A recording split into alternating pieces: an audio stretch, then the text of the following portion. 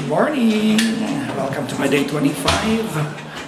At tayo ay paalis na ng Singapore, guys. Dadaan lang tayo sa convention from Expo, Singapore Expo. Malapit na tayo sa airport. So mula doon, pupunta na ako ng airport. Inaantay na lang namin yung aming taxi. At ito malupit na part. Nagbook ako sa Grab. Sabi ng Grab sa akin, ang darating daw na sasakyan sa amin ay Mercedes-Benz C-Class C180. Ha? Grab dito, Chadeng? Ang ginaw dito, sobra. Kawa, sobrang init. Ngayon mas sobrang ginaw dito sa Singapore. Asa na kaya yung Grab namin, Chadeng? Tayo mga Pinoy lang tumatawag din Chadeng sa Mercedes-Benz. Dumating na people, yung ating sundo. Doon daw tayo sa malilim na part kasi mababasa yung kotse niya. So nakasakay na kami ngayon sa aming Grab. At ang lupit dito, people. Mercedes-Benz. Ayan, pakita nyo. Ayan o. Oh. Hindi nyo kaya. Ayan, ito yung adjustan ng upuan ko. Ang daming buton nung nobela niya oh. Ang daming buton. Parang piloto na siya oh. Baka lumipad tayo nito. Nakikita ko adjustan ng yung telescopic na manobela niya. Nakikita ko. Electronic din eh no. Hindi ko alam kung maganda talaga to. Ignorante lang talaga kami tayo. Wala sa Pilipinas ang road na Chadeng. Sakyan to ng mga senador eh. Pag nagaganto ka nga at mayor ka sa rin, baka ma-lifestyle check ka pa eh. Dito. Ang cute dito oh. Diba sa atin sa Pilipinas kapag maulan traffic? Automatic yan, di ba? Dito walang traffic oh. Bakit kaya? Ano kaya ang meron? Ang tawag dito ay ulan-bon. Mahinang ulan, malakas na ambon.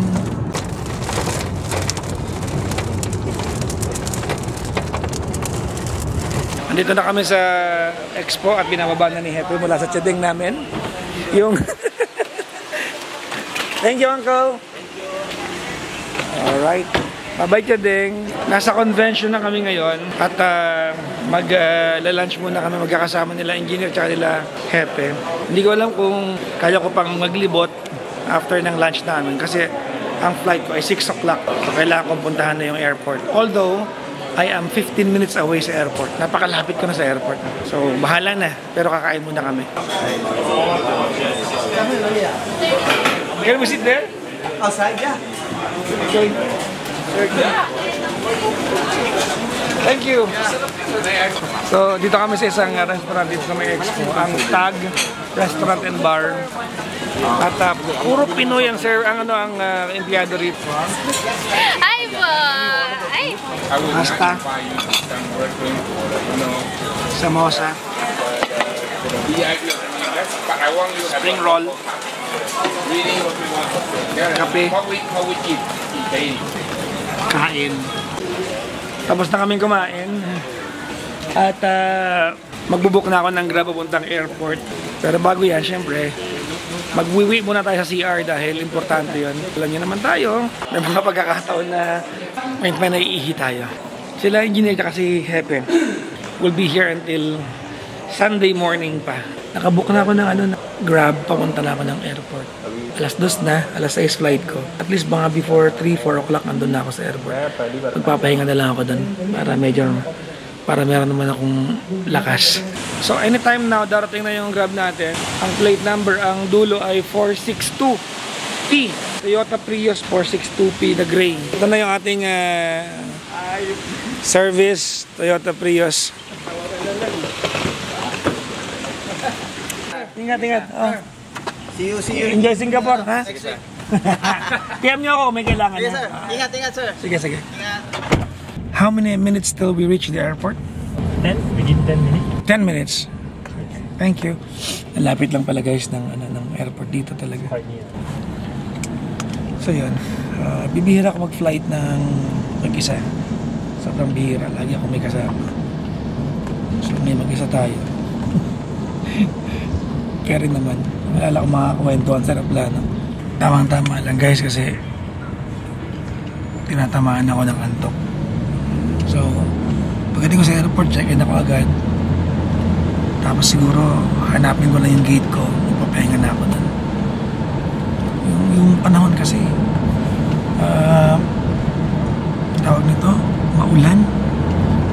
Nagsiesta.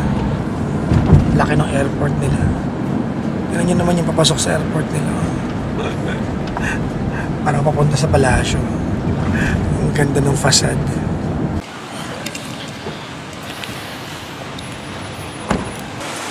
Sa Terminal 4 na tayo. Ito yung airport nila dito. Ito nyo kahit yung pinaka ceiling, no? May design. Ang ganda ng ceiling ng airport, oh. Terminal 4. Oh, di ba? Ang ganda. May design. Ito yung harapan. Para hindi congested. Ewan ko lang kung dahil sa oras, dahil ang oras ay pa 2:30 or talagang ganito yung lagay ng traffic dito. So hahanapin ko ngayon yung counter ng Cebu Pacific kasi doon ako binok ni Gandang Kara. Nakita ko yung Jetstar doon, Cathay Pacific, ito Air Asia. Yun yata yung Cebu Pacific, nakita ko na. Yung kulay yellow. Kung hindi ako nagkakamali, number 3. Gate number 3. O, tama nga ako. Yan rin yung theme sa labas, pero may kulay ito. Para siya may purple sa paligid. Parang yan ang kulay ng jasmine flower. Di ba? Parang baka dyan naka-pattern. Hula ko lang naman. So, ito ang Cebu Pacific. Hindi pa bukas. Try kong mag-check-in online. Enter here. Pero wala naman tao. Sarado. Merong barikada. Manipis lang yung boarding pass na binigay sa atin. Bond paper lang. Hindi ito yung normal. Ang normal ganito. Yan o. Karton. Yan. Pero dahil sa machine check-in lang tayo, parang thermal paper lang siya. Pero andun naman lahat ng details. So I guess okay lang. Pero hindi pa ako pwede pumunta ng boarding gate ko. Sabi ng mga nauna sa akin dahil kukunin daw ng airline yung baggage ko kahit na hand carry kasi puno daw yung plane ngayon. So baka kulang yung overhead bin. So hindi ko alam kung free check-in. May mga times na ganun free kasi sila nag-decide. I-bill na tayo para i-drop off yung baggage natin. Let's go. So self-check-in tayo ng bag drop. English. Scan the boarding pass. Yan. Ito problema ko kasi ang boarding gate namin ay to be announced, you know. So hindi ka pa makapagpahinga dahil hahantayin mo pa yung announcement. So punta na tayo sa immigration nila dito. At alam ko e-gate lang to eh. Wala rin silang gaanong immigration officer, e-gate lang. Pag sumabit yung e-gate mo, tsaka ka lang pupunta na immigration officer. Let's go. Hindi ko na nilabas yung passport ko. Pinicturean lang ako, nakalusot na ako. Alang yung buhay ito. Passport put in the bag. I'm sorry? Put in the bag. Yeah.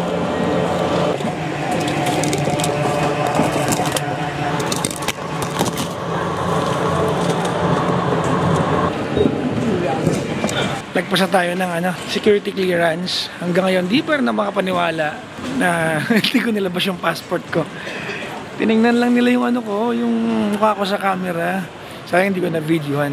Tapos twice lang, bago pumasok ng gate. Tapos pag nasa gate ka na, tapos walang passport. Oh my God. How advanced. May dito, duty free shop. Pabango, ganyan, alak. Mga pasalubong, goodies. Pag gusto mamili, dadaanan mo to paglabas mo ng gate. So, imposibleng hindi mo makita. Although ako hindi ako namimili dito dahil kahit mura, mas mura pa rin sa cash and carry. Ito pa bang CCR muna tayo. Tapos baka mag-edit tayo ng vlog na ito para mailatag lang natin. Para meron tayong ginagawa kasi medyo matagal pa. 6:30 pa yung flight natin. Wala pa sa bulletin board yung gate namin. Pero pwede ka magtanong sa reception. May copy sila ng temporary gate na hindi pa naka-show sa electronic board, sa e-board. So nagtanong ako, sabi G17. So ang gagawin ko, pupunta ako ng G17 kasi yun yung tentative. Pag nagpalit, lalakarin ko na lang ulit. Kasi ito na yung yan. G11 to 21, ang G1 to 10 nandito. So doon. Baka magkakalapit lang din naman. Nakita niyo ba yung gitna ng airport ng Singapore? Oh? Di ba? Wala namang purpose siya maliban sa design. Pero tinan mo naman. Di ba? Sana magkaganyan tayo. Pag nasa airport ka, dahil mo pwedeng bilhin dito na mura kasi tax-free. So kung may tariff or tax sa Pilipinas na around 20%, say for example 100 pesos, tapos dito sa airport mabibili mo siya ng less yung tax, makakatipid ka. Hindi ko lang alam kung may limit yung pwede mong bilhin, pero normally mararamdaman mo yung discount pag ang big ticket item ang binili mo, yung mga malalaking item talaga. Pero pag yung mga maliliit lang, hindi mo gano'ng random din eh. So dito mga bilihan, yung mga gadget, mga sapatos na mamahalin na mahal sa labas, pwede yung bilhin dito kasi ramdam mo talaga yung discount. Nasa G13 pa lang yung nasa harap natin. Yung G17, dulo. Ang galing oh. Meron talagang totoong puno sa loob ng airport oh. Tinangan natin kung totoong puno to. Oh, di ba totoong puno? Oh, yan oh. So mag-edit muna tayo. Merong laptop, charger, tsaka Type-C. So mag-charge ka tong camera na to. Boarding na tayo guys.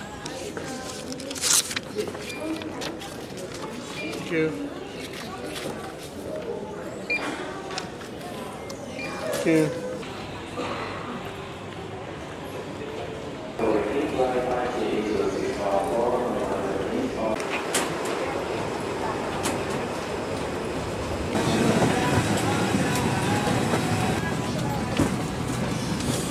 Sa plane na tayo, window side tayo, buti naman matutulog na tayo. Oras yan, medyo maulan dito ngayon pero tumigil naman na, parang ambon na lang, pero tumigil na rin pati ambon. As per the ground crew kanina, punong-puno tong plane ngayon. Maaga din sila nagbukas ng gate. Anyway, saktong-sakto kasi inaantok talaga ako. Carefully the passenger briefing card located by your seat. If you do not wish to perform the functions described in case of emergency, please ask the cabin crew to reseat you. Patungong Manila, Pilipinas. Kung hindi ito ang inyong tamang lipad, mangyaring tawagin ang pansin ng inyong cabin crew.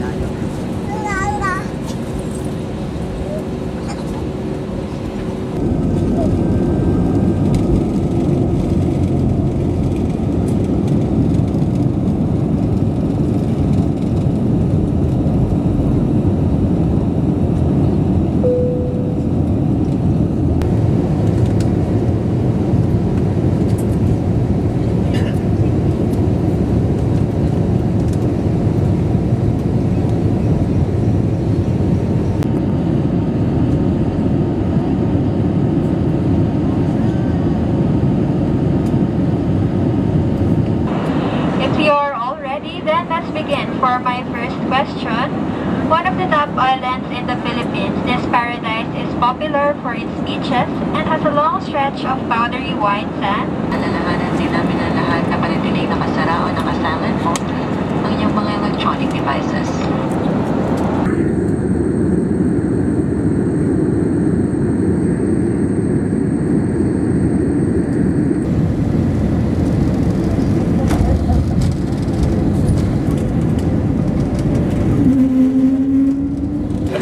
Please check your surroundings to make sure you do not leave your personal belongings behind. Be cautious when opening the overhead bins as heavy items may move during the flight.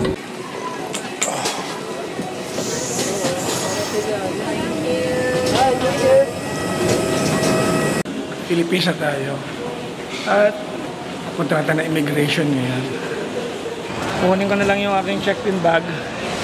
Tapos mag-book na tayo ng Grab. Bahay na tayo. Gutom na ako. Ang galing, may TV dito. Nakikita mo na kung paano nila ilagay yung mga gamit mo. At least from the cart, papunta dito sa may conveyor belt.